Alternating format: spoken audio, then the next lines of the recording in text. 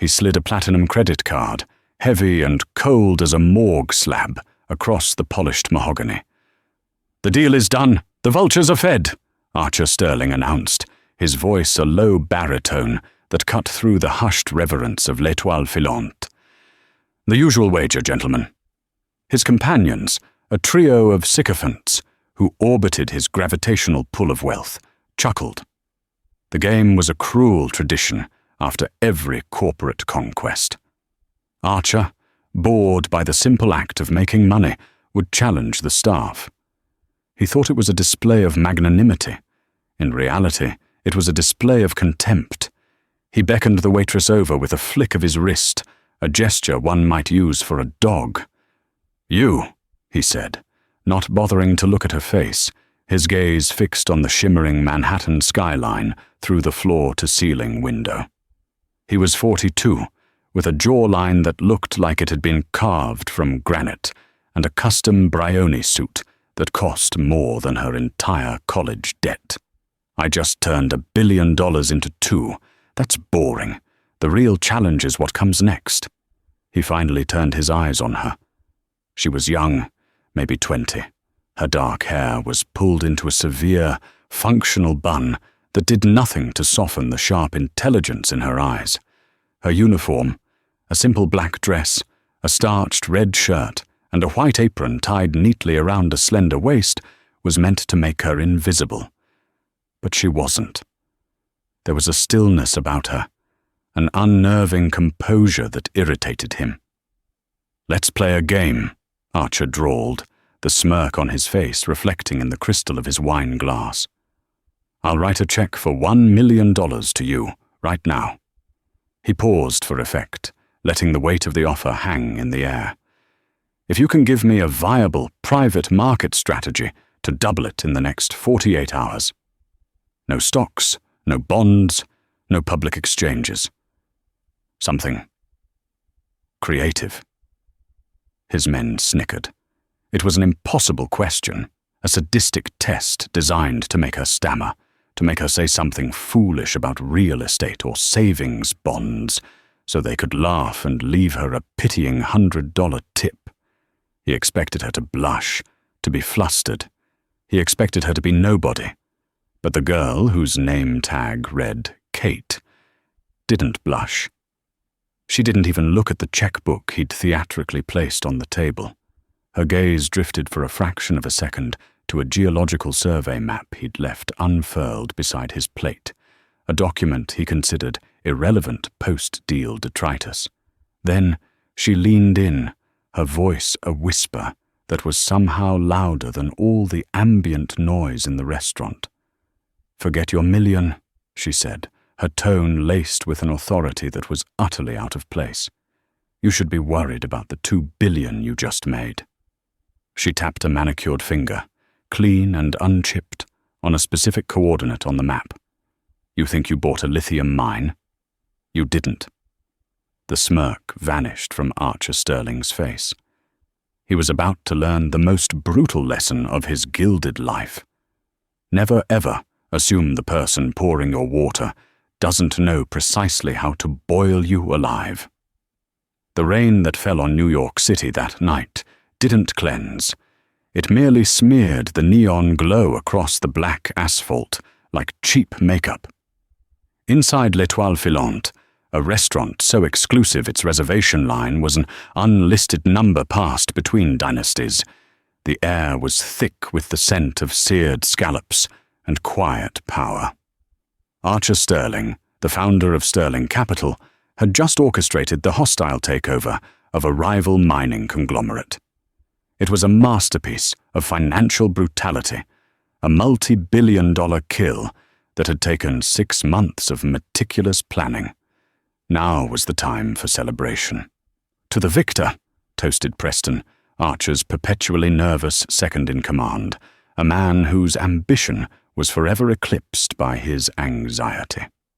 "To the spoils," Archer corrected, raising his glass of Macallan 72. The ice clinked, a sound that, for him, was synonymous with victory. That was when he'd summoned her. Kate. She had been a ghost all evening, refilling water glasses with the steady, silent efficiency of a machine. He hadn't noticed her, not really. She was part of the scenery, like the floral arrangements or the ridiculously expensive art on the walls. But now, under the direct, condescending light of his attention, he saw things. Her hands, holding the silver water pitcher, were not the hands of a career waitress. They were smooth, uncalloused, with long, elegant fingers.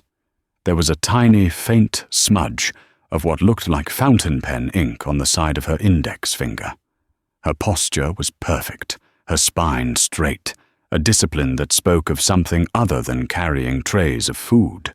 His cruel game was met not with the frightened deference he anticipated, but with a challenge.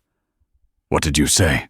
Archer asked, his voice losing its playful edge and hardening into tempered steel. "Your deal for the Atacama lithium field," she repeated, her voice still a low murmur meant only for him.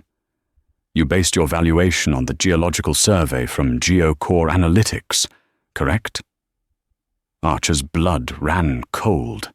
How could she possibly know the name of the private geological firm he'd used?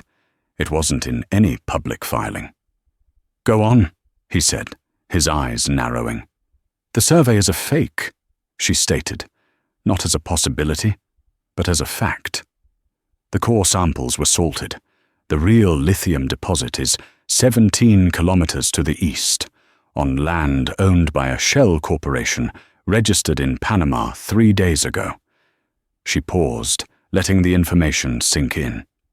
The company that sold you the worthless land is the same one that now owns the real mine.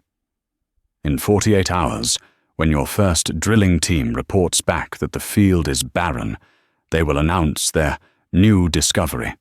Your stock will tank, theirs will soar, and the arbitrage will be in the 10-figure range. You didn't execute a takeover, Mr. Sterling. You walked into the most expensive ambush in financial history. The silence at the table was absolute. Preston's jaw hung open. Archer felt as if the air had been punched from his lungs. The sheer, terrifying specificity of her knowledge was impossible. The salted core samples, the 17-kilometer discrepancy, the Panamanian Shell Corp. These were details known only to a handful of people inside his own sealed data room. "How?" Archer managed to stammer, his arrogance shattered into a million pieces. "How could you know that?" Kate, or whoever she was, picked up his empty Scotch glass. Her face had reverted to a mask of professional neutrality. "You should pay more attention to the quiet people in the room, sir," she said. "Sometimes they're the only ones telling the truth." She gestured to the platinum card on the table. "Keep your money. You're going to need it to pay your lawyers." She turned and walked away, her footsteps silent on the plush carpet, disappearing through the swinging doors to the kitchen. Archer Sterling sat motionless, the melted ice in his glass the only thing moving in his frozen world. He wasn't a victor. He was a fool, and a waitress had just saved him from financial ruin. The trading floor of Sterling Capital was usually a cacophony of ringing phones and bellowed orders, a symphony of greed. The next morning, it was a tomb. Inside Archer's glass-walled corner office, overlooking the grey expanse of the city, the only sound was the frantic clicking of Preston's keyboard. "It's true," Preston whispered, his face pale. "I've been digging into the Panamanian registry. A new corp was formed, Orienta Minerales S.A., 72 hours ago. The board members are proxies, but the registered agent is a law firm known for representing our competitors." Archer hadn't slept. He was still in yesterday's suit, the tie loosened, his hair disheveled. He stared at the wall of monitors, not at the stock tickers, but at a satellite image of the Atacama Desert he'd pulled up. A barren, desolate landscape that held either his greatest triumph or his most humiliating defeat. "The survey," Archer barked. "Get the raw data from GeoCore. I want to see the spectral analysis myself, and get their lead geologist on the phone. Now." "He's not answering," Preston said, his voice trembling. "His office said he called in sick. His home number goes straight to voicemail." A cold dread, heavier and more profound than any market downturn he had ever experienced, settled in Archer's stomach. She had been right. Every single detail. "Cancel the press release," Archer commanded, his voice regaining its decisiveness. "Halt the integration of the acquisition, and start quietly liquidating our position. Use the European markets. Break it into small, untraceable blocks. I don't want anyone to know we're selling. If word of this gets out before we've unwound, we're finished. Liquidate. Archer, that will trigger massive penalty clauses. We'll lose hundreds of millions." "It's better than losing billions," Archer snapped. He paced the office like a caged panther. A waitress, a girl named Kate in a cheap uniform, had access to intelligence that his entire team of analysts, geologists, and corporate spies had missed.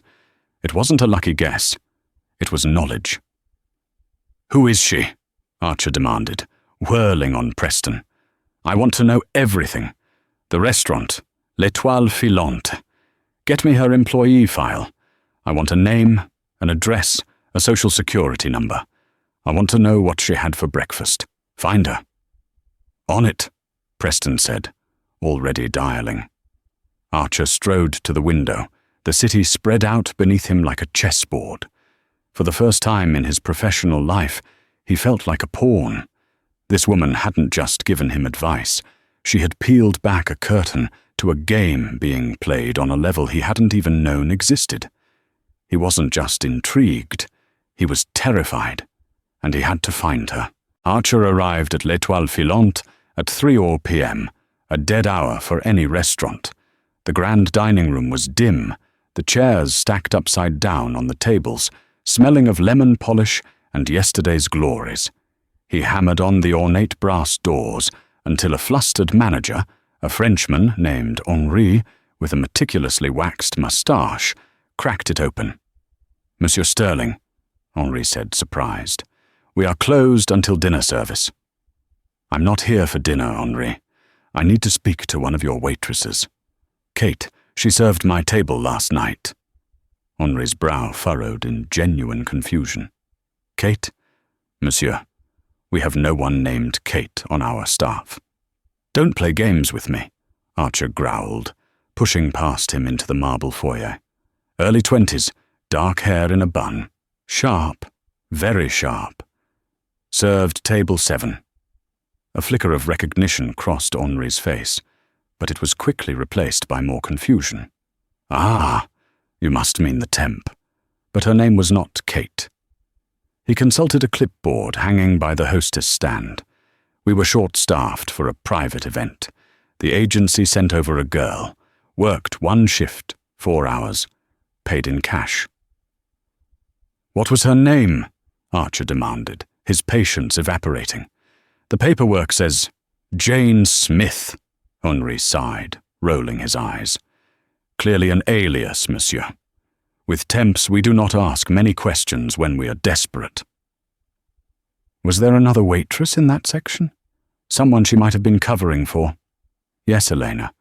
A sweet girl, very timid. She is in the back, polishing silver." Henry led Archer through the cavernous dining room and into the gleaming stainless steel kitchen. The air smelled of bleach and roasting garlic. There, on a stool, hunched over a tray of forks, was a young woman. Same dark hair, same uniform. But as she looked up, startled, Archer knew instantly it wasn't her. The eyes were all wrong. They were a soft, watery brown, filled with a nervous fear, not the piercing, analytical green-grey that had dissected his soul the night before. "Sir," she squeaked, nearly dropping a handful of cutlery. Archer approached her, his presence overwhelming the small space. "The lithium deal," he said, his voice low and intense. "The Atacama mine. You told me about the salted core samples. How did you know?" The girl, Elena, blinked rapidly, her face a mask of utter bewilderment. Lithium. Sir, is that a type of fish? I don't understand. I poured your water, that is all. You frightened my colleagues last night, sir. The temp, she took your final drink order and the check because I was too nervous to return to your table. Archer stepped back, a wave of frustration washing over him. He was an expert at reading people, at spotting tells, at knowing when someone was lying. This girl, this terrified, trembling girl, was telling the absolute truth. She didn't know what a core sample was, a temp, a ghost, a brilliant, phantom strategist who had walked into his life, saved his empire, and then vanished into thin air.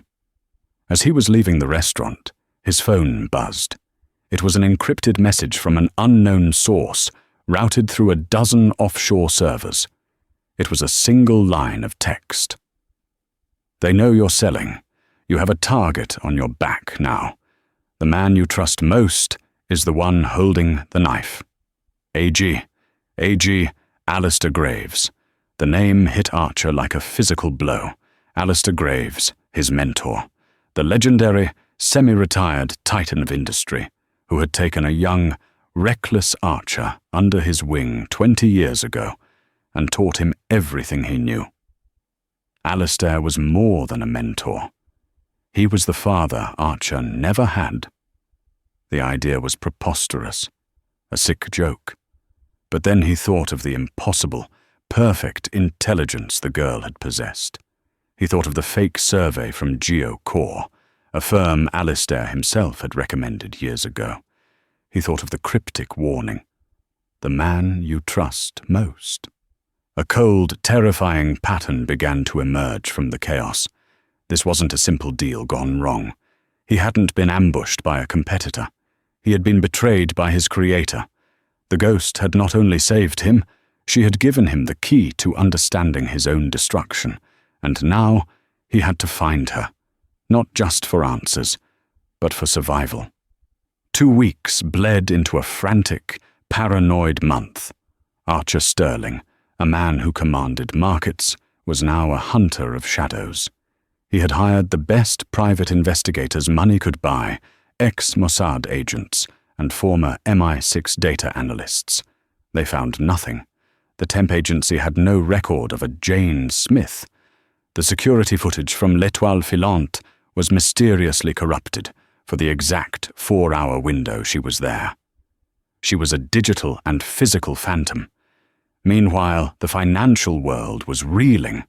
Sterling Capital's sudden, inexplicable withdrawal from the Atacama deal had sent shockwaves through the industry. The official story was unforeseen regulatory hurdles, a lie that cost Archer nearly $250 million in penalties, but saved him from the total annihilation that would have followed. As Kate had predicted, a week later, Oriente Minerales S.A. announced a massive, world-class lithium strike on the adjacent parcel of land. The company that had sold Archer the barren field saw its stock implode. Archer had dodged a nuclear missile, but the fallout was still choking him. He had cut all contact with Alistair Graves, ignoring his calls and feigning a sudden illness. Every warm, fatherly voicemail left by the old man now sounded like a threat. The paranoia was a cancer, eating away at his certainties. He trusted no one. His world, once a fortress of logic and control, had become a house of mirrors. The breakthrough came from an unexpected place. One of his investigators, a specialist in tracking illicit art sales, found a whisper.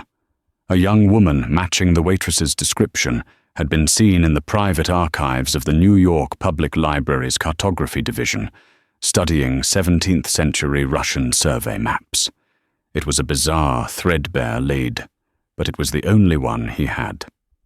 Archer went himself, dressed not in his usual armor of bespoke tailoring, but in jeans and a nondescript cashmere sweater. He felt like an intruder in the hallowed, silent halls of the library. In a secluded carrel in the back, Surrounded by massive, brittle tomes, he found her. She wasn't wearing a uniform. She was dressed in simple black slacks and a grey turtleneck. Her hair was not in a bun, but fell loosely around her shoulders. She was even younger than he remembered, yet the intensity in her eyes, as she pored over an ancient map, was that of a seasoned scholar. He approached slowly, his footsteps echoing on the marble floor. "Jane Smith, I presume," he said quietly, standing beside her table. She didn't startle. She meticulously placed a weighted bookmark on her page before looking up at him. Those same intelligent, unnerving eyes met his. "You're persistent, Mr. Sterling. I'll grant you that. You saved my company and blew a hole in my life in the same breath," he said, pulling up a chair and sitting opposite her. "I think that earns me a conversation. Who are you?" She closed the heavy book. "My name is Anastasia Volkov." The name resonated with a distant, tragic echo. Volkov, like Nikolai Volkov, the Russian energy magnate? He died in a helicopter crash in the Urals a decade ago. "My father didn't die in a crash," she said, her voice a flat, chilling monotone. "He was murdered.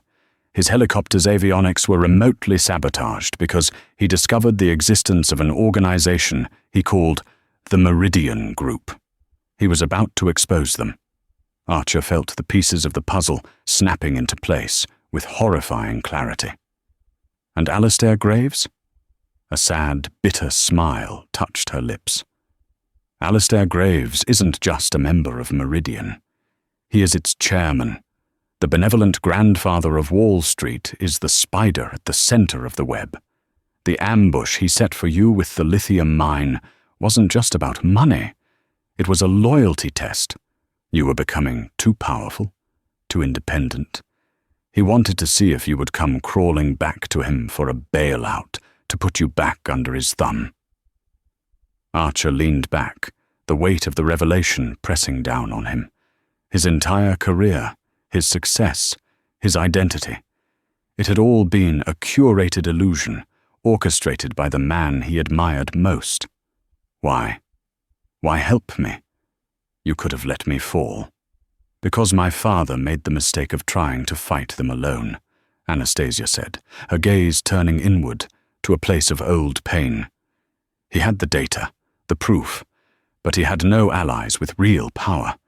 They crushed him, seized his assets, and erased his name. I am not my father.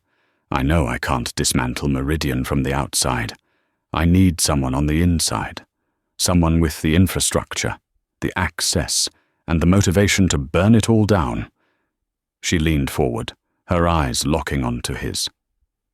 You have the resources, and after what he did to you, I'm betting you have the motivation. Archer looked at this young woman, this orphan armed with nothing but inherited grief and a brilliant mind. She was proposing a war against a shadow government of finance, a group so powerful they could make billionaires and erase oligarchs. It was insane. It was suicide. They have eyes everywhere, he said, the words tasting like ash. My office, my home, my staff. They're all compromised. I know, she replied. That's why we're not going to any of those places. She slid a small, innocuous-looking keycard across the table. You own a private art storage facility in a decommissioned Cold War bunker in rural Virginia, don't you? Completely off-grid, air-gapped, lead-lined. Alistair doesn't know about it, because you bought it through a blind trust he didn't set up. Archer stared at her, stunned. She knew about the bunker, a secret even Preston wasn't aware of. How did you? I've been studying you for 2 years, Mr. Sterling, she said, ever since I identified you as Alistair's most favored protégé. I know your portfolio, your habits, your secrets. I even know that you prefer your coffee with 1 sugar, no cream. She stood up, gathering her things. The war has already started. The only question is whether you're going to fight back or become another ghost, just like my father." She walked away, leaving the keycard on the table. It lay there, a small piece of plastic representing an impossible choice: retreat into the ruins of his old life, or follow this brilliant, dangerous woman into a battle for the soul of the world he once ruled. He picked up the key. The bunker, code-named the Silo, was a brutalist concrete scar hidden deep within the rolling hills of the Shenandoah Valley. From the outside, it looked like an abandoned agricultural facility. Inside, it was a fortress of modern technology. Archer had built it as his ultimate sanctum, a place to store his priceless art collection and, if necessary, ride out the apocalypse. He never imagined the apocalypse would be a 72-year-old man in a Savile Row suit. For 3 days, the silo became their war room. The vast, climate-controlled chamber, once home to Rothkos and Picassos, was now dominated by a holographic data display Archer had installed. Anastasia, plugged directly into the bunker's closed-circuit server network, worked with a speed and intensity that was both terrifying and mesmerizing. She was no longer a waitress or a scholar. She was a commander. She unpacked the full scope of the Meridian Group. It was a consortium of 7 individuals: a media mogul, a defense contractor, a federal judge, a tech CEO, a logistics baron, a political kingmaker, and at its head, Alistair Graves. They didn't just manipulate markets. They created the events that moved them. "They're not just reacting to the news," Anastasia explained, pointing to a complex flowchart on the holographic display. "They are writing it, weeks in advance. A sudden drought in Brazil that decimates coffee futures? Their tech CEO has a subsidiary that seeded the clouds with a silver iodide inhibitor. A dock workers' strike in Long Beach that cripples the supply chain? Their logistics baron has been funding the union's hardline faction for months. They manufacture chaos and sell the solution." Archer felt a nauseating vertigo. He had thought he was a master of the universe, a predator at the top of the food chain. He was a zookeeper's prized lion, fed and cared for, completely oblivious to the existence of the cage. "Their next play is their most audacious yet," Anastasia continued, her face illuminated by the blue glow of the data streams. "It's called Project Chimera. They plan to trigger a controlled collapse of the North American grain market." She pulled up satellite photos, shipping manifests, and encrypted communications. The plan was diabolical in its simplicity. Meridian had spent the last year secretly buying up and decommissioning thousands of long-haul freight rail cars, creating an artificial shortage. Simultaneously, they were using their media arm to plant subtle stories about crop blights and poor harvests. "In 1 week," Anastasia said, "at the peak of the harvest season, their political connections will push through a new, crippling rail safety regulation. It will sideline 1/3 of the remaining fleet. The grain won't be able to get from the farms to the silos. It will rot in the fields. Wheat futures will skyrocket.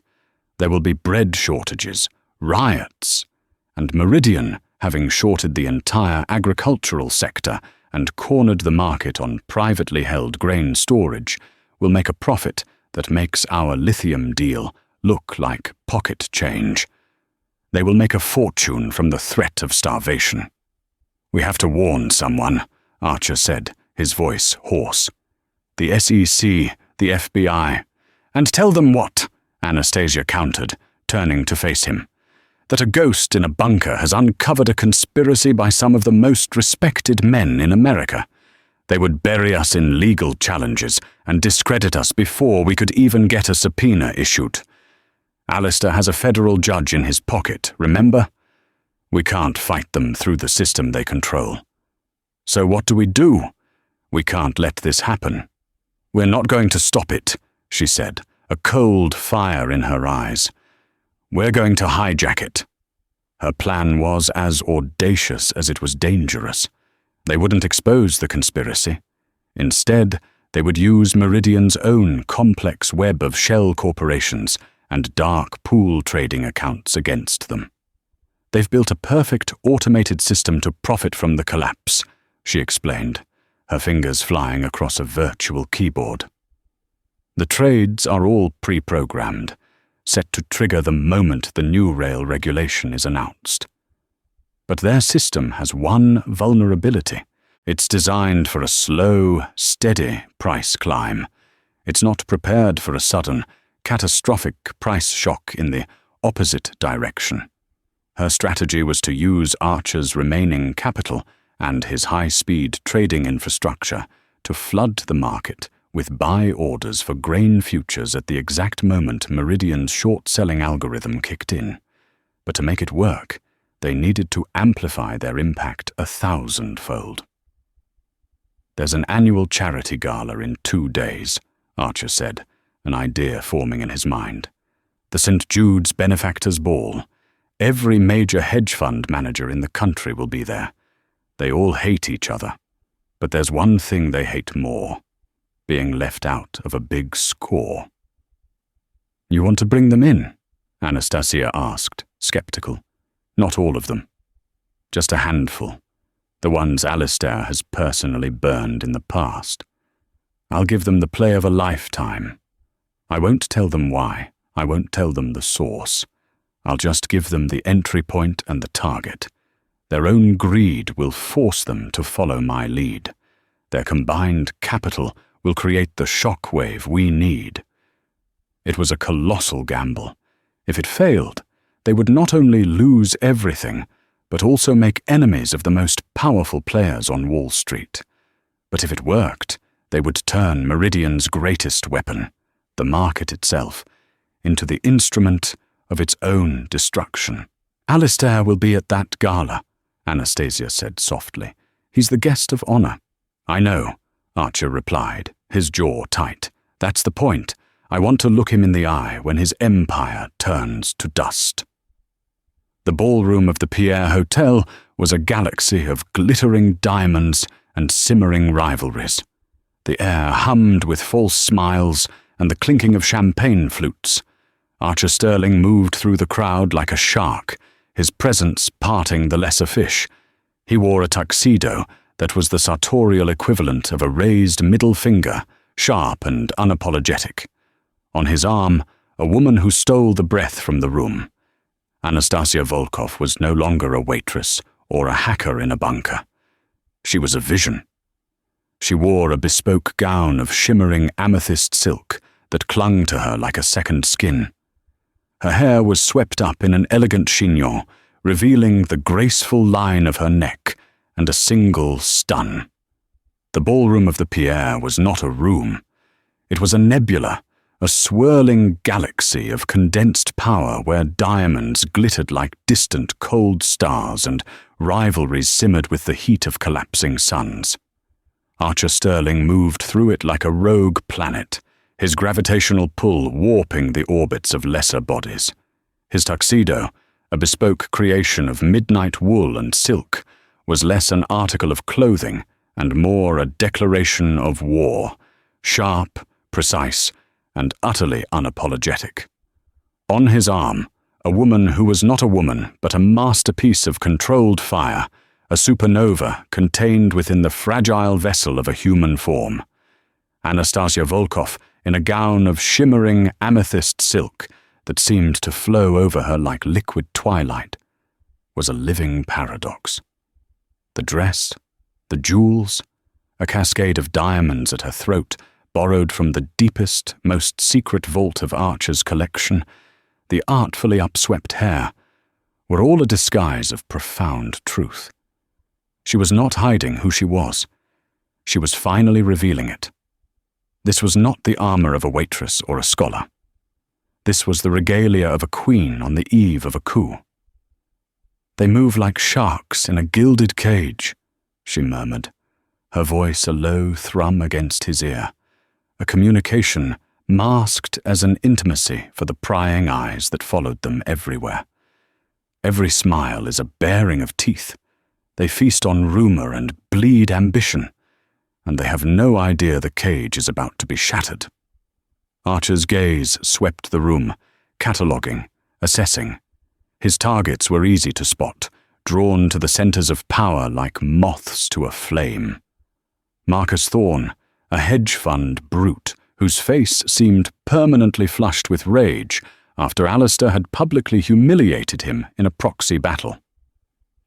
Julian Croft, a tech billionaire whose quiet demeanor hid a viper's patience, still smarting from a venture capital deal Alistair had poisoned a decade ago.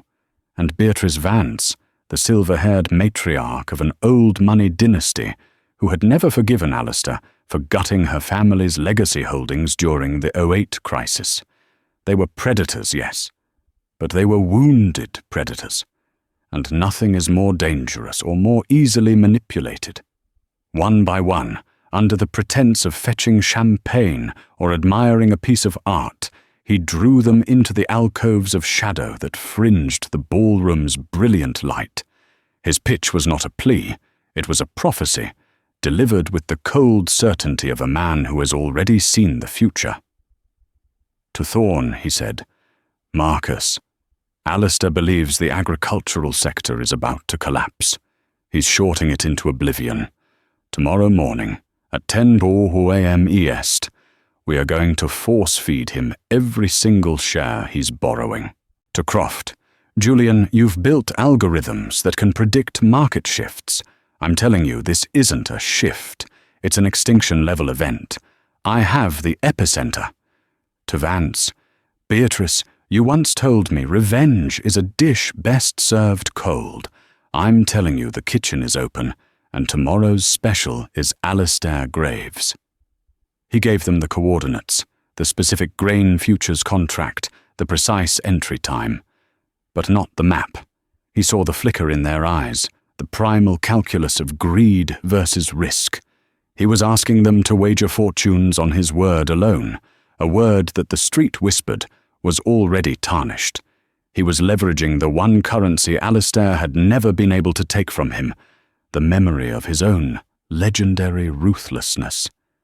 He was betting they would believe he had found a new way to kill.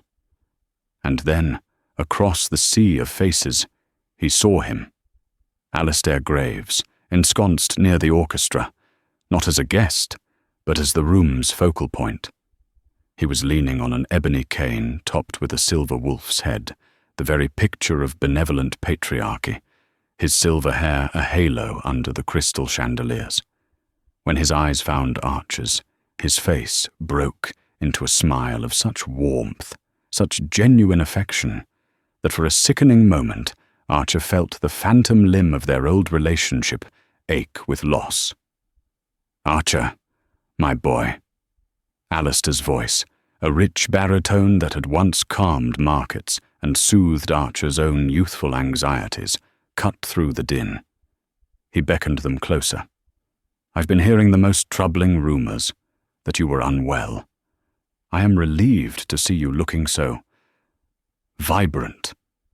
His gaze shifted to Anastasia, and the warmth in his eyes did not cool so much as transmute into something else, a connoisseur's appraisal, chilling in its intensity. "And you have brought a goddess down from Olympus to grace us."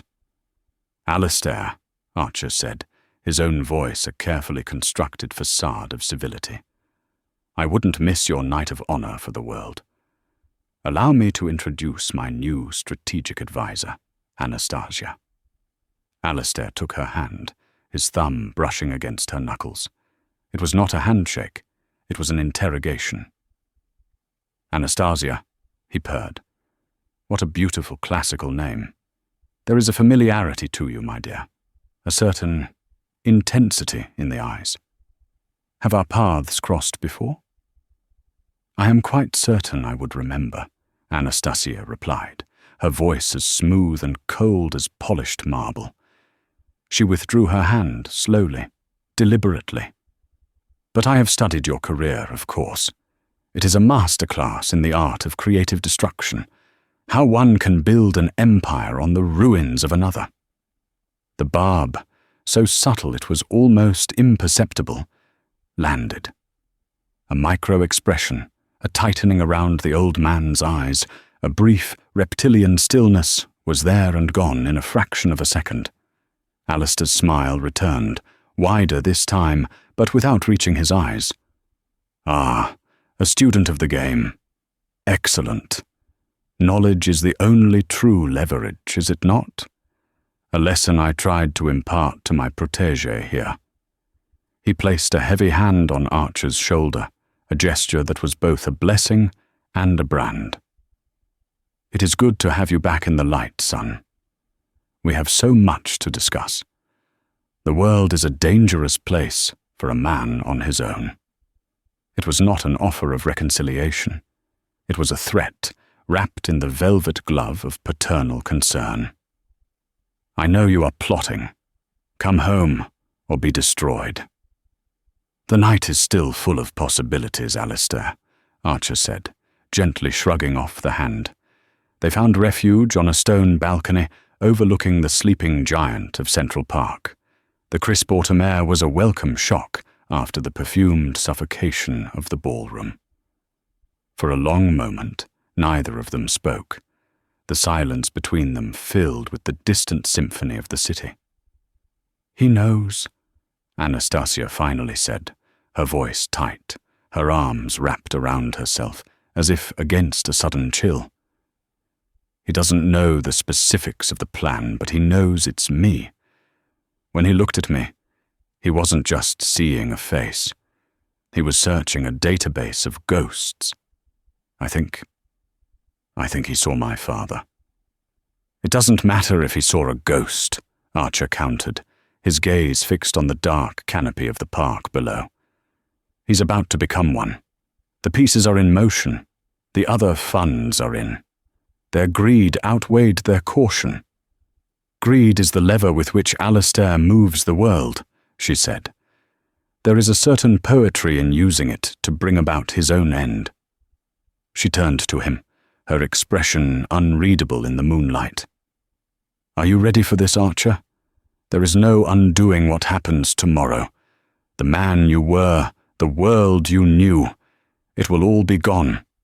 That man was his creation, Archer said, the words tasting like acid. And that world was a lie. I'm not destroying my life. I'm escaping my cage. The next morning, the silo was a cathedral of silence. The air, scrubbed and recycled, tasted of ozone and anticipation. They sat before the main holographic display, a triptych of glowing data. On the left, a live feed of the global commodities market, a river of green and red numbers. In the center, a cascade of news feeds from every major financial outlet. On the right, a proprietary network analysis program Anastasia had designed, visualizing the flow of capital through the market's darkest, most hidden channels. It looked like a map of a human nervous system, pulsing with light. At 9:59, AM Est, a crimson banner screamed across the news feeds. Breaking, executive order enacts sweeping rail logistics overhaul, citing national security concerns. The trigger, Anastasia whispered, her fingers poised over her keyboard. On the market screen it began, a waterfall of red, a deluge of short sell orders, so vast and so fast it could only be an automated algorithmic attack. Meridian's Leviathan had been released. The price of wheat, corn, and soy futures began to hemorrhage value. Hold, Archer said, his eyes locked on Anastasia's visualization.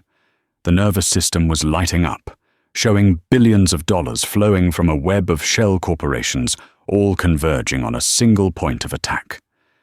Let him commit. Let him push all his soldiers onto the field. The price dropped 5%. Then 10. Panic was beginning to ripple through the open market as smaller players started to sell off. Alistair wasn't just shorting the market. He was creating a self-perpetuating death spiral. He's over-leveraged, Anastasia noted, her voice calm despite the storm on the screen. He's confident no one has the capital or the nerve to stand against him. The hubris, it's magnificent. "Now," Archer commanded, his voice cracking the silence like a whip. He pressed a single crimson key on his own console. In data centers from New York to London to Tokyo, a counterwave was unleashed. Archer's remaining liquid capital, amplified by the vast war chests of Thorne, Croft, and Vance, slammed into the market. It was not a river of buy orders. It was a tidal wave, a digital tsunami of such magnitude that it represented the single largest coordinated trade in financial history. The market graph, which had been a plummeting red cliff, stopped. It simply froze. For 5, 10, 15 seconds that stretched into an eternity, the two opposing forces, Meridian's apocalyptic sell-off and their own impossible buy wall, met in a silent, cataclysmic deadlock. The system lagged, the numbers blurring as the exchanges struggled to process a volume of traffic they were never designed to handle. The air in the silo grew thick, heavy. "They're fighting back," Anastasia said, her eyes darting across lines of code. "He's doubling down, rerouting capital from his other divisions. He's trying to break our wall." A new flood of sell orders hit the market. The line trembled, threatening to dip again. This was the moment. Alistair was not just a strategist. He was a brawler. He was calling their bluff. "He thinks it's just you," Anastasia realized. "He thinks he can bleed you dry. He doesn't know about the others." She typed a rapid sequence of commands. "I'm unmasking our allies' orders. Let him see who he's fighting." On the screens of every trading desk in the world, the anonymity of the buy wall vanished. The orders were now flagged: Sterling Capital, Thorne Asset Management, Croft Ventures, Vance Heritage Fund. It was the financial equivalent of seeing the armies of your most bitter enemies suddenly cresting the hill behind you. It was a declaration that this was not a trade. It was a revolution. And then the wall broke. But it broke in their favor. The line on the graph did not recover. It detonated. It launched upward in a violent, vertical spike that defied all logic and historical precedent. The price of grain futures didn't just stabilize, it doubled, then tripled, then quadrupled in the space of half a minute. It was a price shock so profound it would be studied by economists for a century. "The squeeze," Archer breathed, a grim satisfaction on his face. "It's more than a squeeze," Anastasia corrected, her face illuminated by the incandescent green of the rising graph. "His algorithm is tearing itself apart. It's designed to short a falling market. In a rising market, it's programmed to cut losses and cover its positions. But the price is moving faster than its own processing cycle. It's trying to buy back shares at a price that is exploding second by second. Every transaction intended to save it is actually accelerating its own destruction." The nervous system on her screen was now a frantic, strobing web of pure chaos. Margin calls, automated and merciless, were cascading through Meridian's network. The very weapon of mass financial destruction Alistair had built was now aimed squarely at its creator, firing on an endless loop. In the heart of that chaos, as Meridian's firewalls buckled under the strain of their own self-immolation, Anastasia launched her ghost. It was a single, elegant data packet, disguised as a high-frequency trade confirmation. It slipped through the breach, navigated the labyrinth of their network, and found a file that had lain dormant for 10 years, a digital time bomb planted by her father. The Red Ledger. It contained everything. Every illegal transaction, every bribed official, every political assassination, every manufactured crisis. But Anastasia had made one crucial, diabolical addition. Using transaction data she'd scraped over the past 2 years, she had forged a series of entries, a secret sub-ledger. It showed, with impeccable, undeniable detail, that Alistair Graves had set up a separate network of accounts to secretly bet against his own partners in Project Chimera. It painted a picture of a king who planned to sacrifice his entire court to cover his escape. She didn't send it to the press or the FBI. That would unite them. She sent the ledger, with her elegant lie nestled within its truths, directly and anonymously to the 6 other members of the Meridian Group. The subject line was a single, poison-tipped dart. The King's betrayal. The rats, she knew, would not abandon a sinking ship. They would tear each other apart for the last lifeboat. The aftermath was not a clean, surgical strike. It was a protracted, ugly sepsis. The Meridian Group, infected with the terminal disease of paranoia, turned on itself with a ferocity that stunned even the most cynical observers.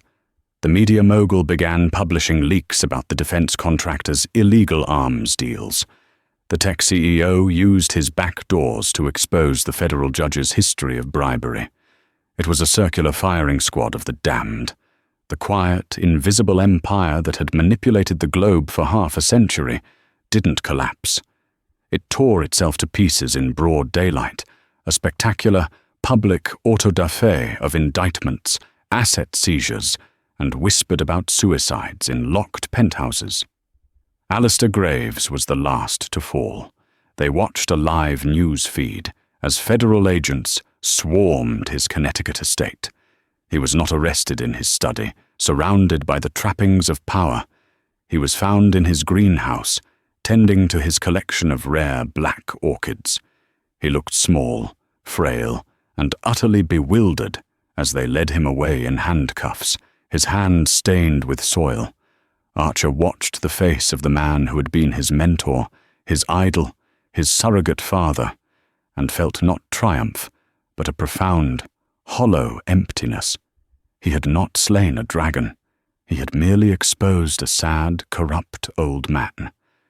For days they remained in the sterile purgatory of the silo, the world outside remaking itself in the wake of the earthquake they had triggered. The victory felt quiet and heavy. The astronomical profits they had made were a toxic byproduct, already being funneled through a labyrinth of shell corporations to be anonymously donated, erased, detoxified. "My old life isn't just over," Archer said one evening, staring at the blank, grey concrete wall where the data screens had been. "It never really existed. It was a role he cast me in, the brilliant protégé, the ruthless heir. I can't go back to playing a part in a play that's been cancelled." "None of us can ever go back," Anastasia replied. She was standing by the bunker's immense circular steel door, her hand resting on the cold metal. "We are ghosts now. We haunt the ruins of a world we helped to break." In the silence that followed, they began to talk. Not as allies, not as co-conspirators, but as 2 survivors sharing the same life raft. He spoke of the gnawing hunger for more that had driven him, a hunger instilled in him by Alistair, which had left him with a fortune that felt like a pile of ash and a soul that felt like a vacuum. She spoke of her father, not as a martyr, but as a man who loved sailing and bad jokes, who had been stolen from her. She confessed that for 10 years, revenge had been the scaffolding of her entire identity. Now that it was gone, she was terrified she would collapse. One morning, Archer entered the main chamber to find her, staring at a single, static image projected onto the wall. A small, whitewashed villa clinging to a cliffside above the azure sea of the Algarve coast in Portugal. "My father had accounts," she said, her voice barely a whisper. "Untouchable, even by Meridian. It would be a fight, but I could reclaim them. Enough to disappear, enough for 1,000 quiet years. We could go there. We could learn to be people again. No more fighting. No more ghosts." Archer looked at the image. It was a portrait of peace, a perfect, seductive ending. An escape. He thought of the endless, grinding war of his former life. He thought of the peace he had always believed was waiting for him at the next billion, the next conquest. It was all there, in that picture, an off-ramp from the violent highway his life had become. He walked to the main console, his footsteps echoing in the cavernous space. He looked at her, at the profound weariness in her eyes, the desperate hope for an armistice, and he knew that accepting it would be the most profound betrayal of all. With a few keystrokes, he shut down the projector. The sun-drenched villa vanished, plunging the room back into the stark, functional twilight of the bunker. "No," he said, his voice soft but absolute. She turned to him, her expression a mixture of confusion and hurt. "No. That villa, that peace, it's the same lie Alistair sold me," he explained, walking towards her. "That there's a finish line, a place where you can cash in your chips and walk away from the table. But we can't. We've seen how the game is rigged. We didn't just expose Meridian, Anastasia. We created a power vacuum, and the first rule of nature and of finance is that a vacuum is always filled. Sooner or later, something worse will crawl out of the hole we made." He stopped in front of her, so close he could see the flicker of understanding dawning in her exhausted eyes. "You spent a decade avenging the past," he continued. "I spent 2 decades chasing a future that was an illusion. We have both been slaves to time. What if we started working for the present, not running, not hiding, not fighting for revenge or for profit, but simply holding the line?" He held out his hand. It was not a gesture of romance, but of partnership, a contract. "My name is Archer Sterling. I am a pariah with an obscene amount of untraceable capital and a very particular set of skills for breaking things. I am in need of a new purpose." A long moment passed. Anastasia looked from his outstretched hand to his face, and then, for the first time since he had met her, a slow, genuine smile spread across her lips. It was not a smile of joy, but of recognition, of finding a new, difficult truth. "Anastasia Volkov," she said, taking his hand. Her grip was firm, her palm warm against his. "I am a ghost with a mastery of cartography and a deep understanding of how monsters are made. I believe our purposes might align." Together, they walked to the console. She brought the projection system back online, but it was not the villa that appeared on the wall. It was a map, a real-time, global map, overlaid with flows of capital, political stress points, and communication data. It was a map of the world's fractures. They stood before it, side by side, and pushed the massive steel door open.